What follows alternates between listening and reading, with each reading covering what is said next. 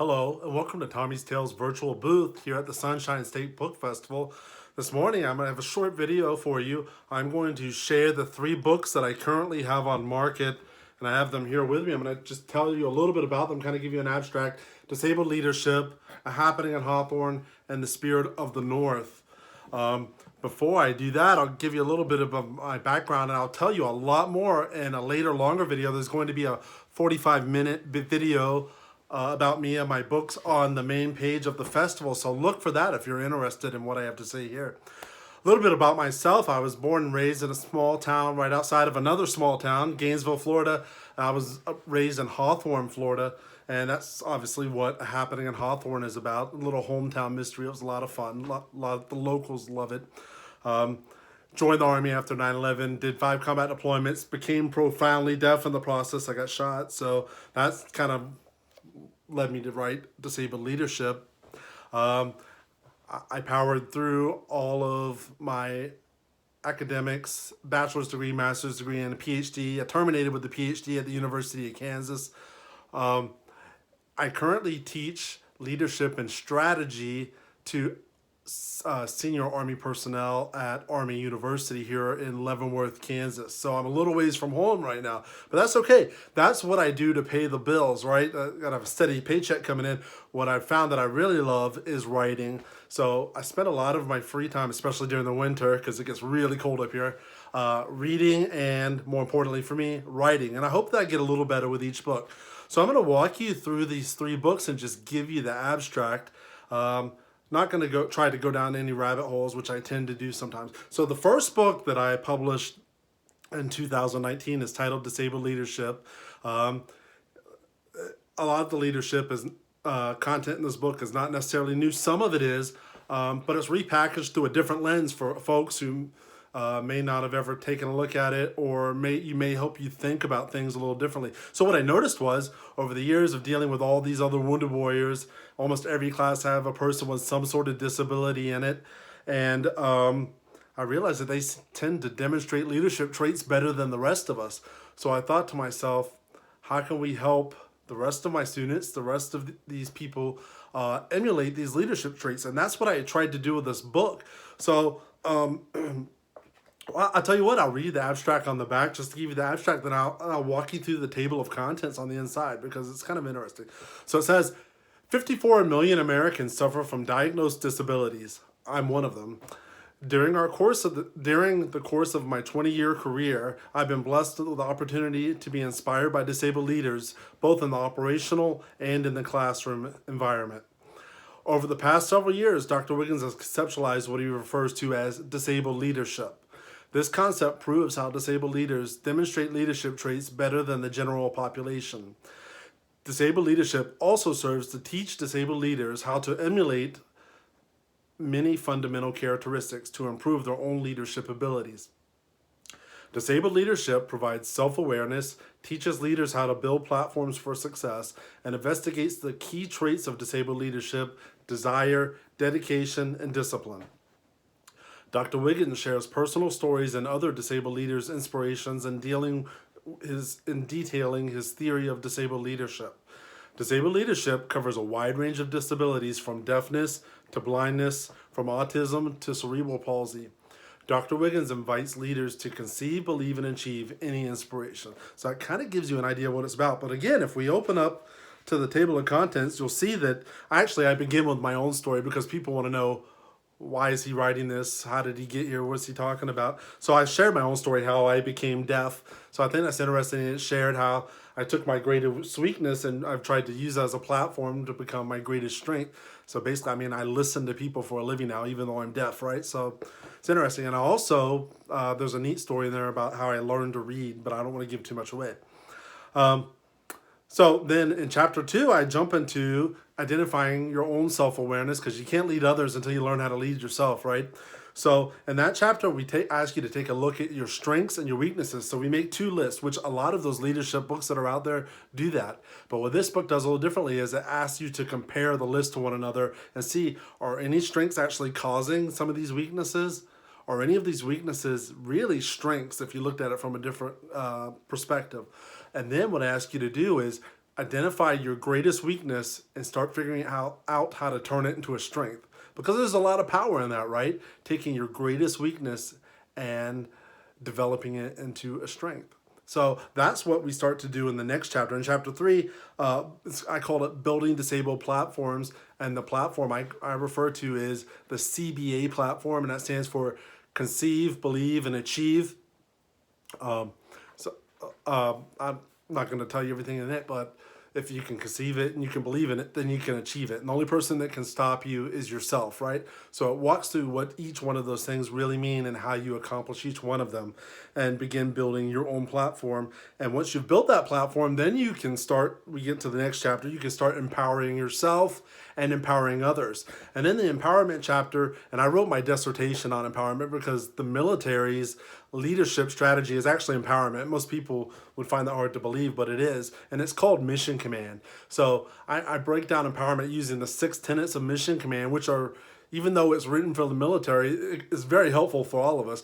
But then I also created my own empowerment model that I call CARE, which is an acronym because I've been in the military too long, basically. But we created that model, and its CARE stands for challenge, allow autonomy, recognize, and energize. So I say that you cannot truly empower anyone unless you care. So I could say I'm empowering people, but I'm not really empowering them unless there's a reason, there's some intent behind it. Do I really care, or am I just trying to hand off my work? So take a look at that. And then the next chapter is where I introduce readers. I've kind of talked about it throughout the book, but the 3Ds of disabled leadership, which I told you are desire, dedication, and discipline. And some of those kind of sound synonymous. So we talk about what are the differences, how are they the same, how do we use those 3 things. And I have let's see if I can flip to the page here. Oh, there it is. You can see the picture here. So yeah, resilience, which it was hard, but I saved it for the last chapter because I knew that was going to be the foundational piece. Resilience is your foundation. Then you have those 3 pillars: desire, dedication, and discipline. And that's what's going to help you empower people to achieve disabled leadership. And that's my house that I have there, right? So very interesting. And then, like I said, it was very difficult holding resilience to the very last chapter because it's such a key and fundamental piece of disabled leadership. But we walk through it and we talk about some of the things I've seen. I've seen some very strong people go through some very hard times, and some have overcome them and some have not. Why, right? And doing that, I created a model that I call FAN, which is another acronym. It's fight like hell, ask for help, never quit. And a lot of folks have found that extremely useful. And then the very last chapter of this book is Share Your Disability Placard. And what I'm asking you to do there is, if you found something in this book useful, go out and share it with others and kind of spread the word and help us all be better leaders. So spent quite a bit of time on that book. And, I was using Disabled Leadership, the book, as a platform for speaking engagements. And I had 3 major conferences lined up that I was scheduled to speak at before COVID came along, and they all got canceled. So hopefully when this pandemic passes, I'll be able to get out and start pushing that work again. But really enjoyed working with some really incredible individuals on that book. The next book, the one that's most popular down there in Gainesville and Hawthorne, is Mystery. And I've really found, while writing about my specialty, leadership and things like that are good, my passion lies in writing fiction. It's plug and play. You don't have to worry about how people are going to challenge theories and wait, but what about this? What about that? I like writing fiction. I've really enjoyed this, and this is about 250 pages, I think. Yeah, and I will tell you how this book came to be in my next video, but it's pretty interesting. I'm just going to read you the abstract on the back and just kind of hook you in. A 20-year Army veteran's dream of returning home is finally within grasp. When Tommy visits his family on the family farm to begin preparing it for his return, he is greeted by childhood memories that were better forgotten, and I'll tell you about that in the other video. Tommy recalls how one summer's adventures exploring Bristow Farms with his sisters turned into a nightmare that would forever change the paths of his family. The farmhouse is gone, but there still might be something in the water, and the reminders may become too real for him to return, if he has a choice. Tommy and his sisters are isolated on a 300-acre farm in Florida, and by necessity of neglect have become completely self-reliant. When Tommy's shenanigans put his sisters in danger, the siblings begin to realize that someone or something is keeping a watchful eye on them. The question which remains in the minds of the young children is, does she mean them any harm, and will anyone believe them? There's something happening in Hawthorne. As Tommy recalls his rural childhood, he realizes that this mystery reaches further back than his family in his family than he or his sisters could have imagined. By the time that it takes Tommy to realize that he is uncovering a century-old mystery, readers begin to soak in larger metaphors. This story will mean different things to different readers. Few readers will believe this is simply an adventure story with ghosts and monsters. Some have said that it is the story of a mother's love and the need for family. Others believe it is about escaping one's past. Still more believe that there is another story being told here, if we can read between the lines. So that's the abstract that's right here on the back of the book. So I think that's a pretty good hook, and I think you're really going to enjoy it. I've gotten the feedback, lots of great reviews on Amazon and Goodreads, and I've not received a single negative feedback. Oh, you should have done more of this, you should have done more of that.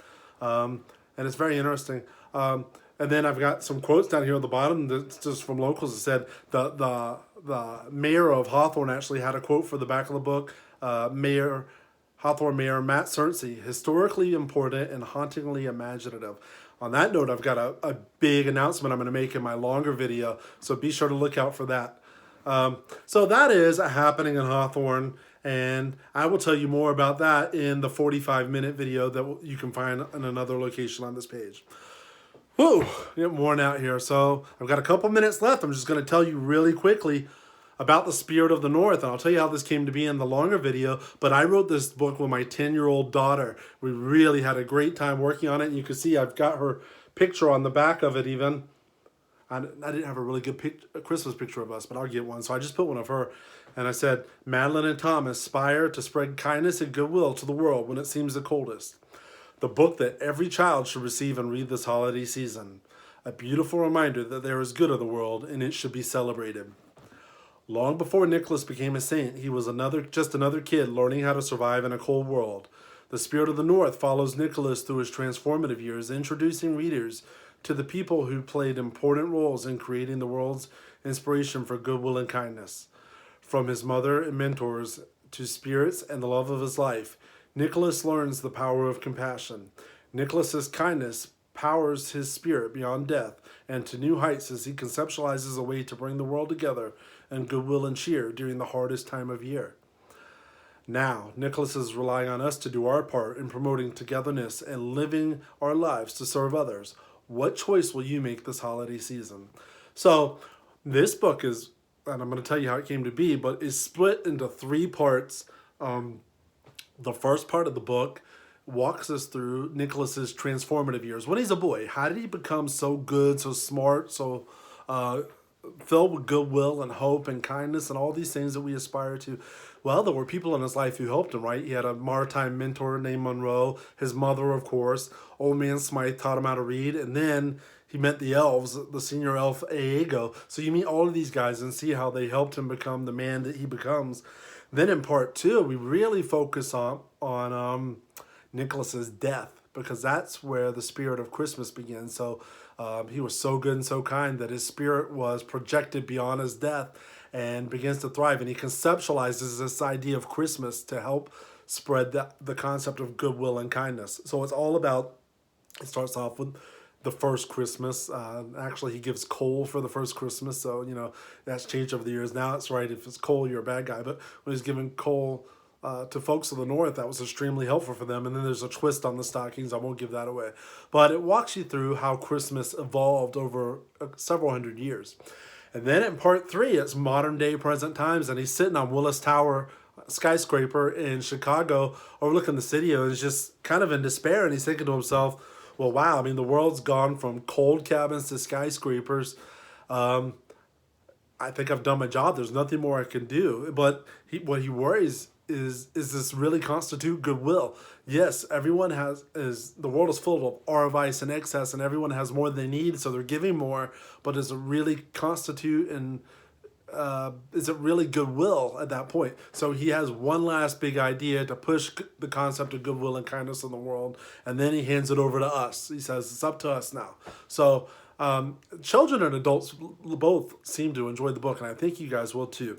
I am out of time. That's 15 minutes, but I've got these 3 books here: Disabled Leadership, A Happening in Hawthorne, and The Spirit of the North. Those are the abstracts. I'll tell you more about them in the longer video. In the meantime, hop over to tommystales.com, which is listed on this virtual booth, I'm sure, and check out the books. You can buy them there. Of course, they're available on Amazon, and they're available in stores anywhere. If you own an indie bookshop, order them from Ingram Spark, and let's get the word out. I appreciate it. Thank you guys for sticking with me for 15 minutes and 35 seconds. Have a great day at the Sunshine State Book Festival.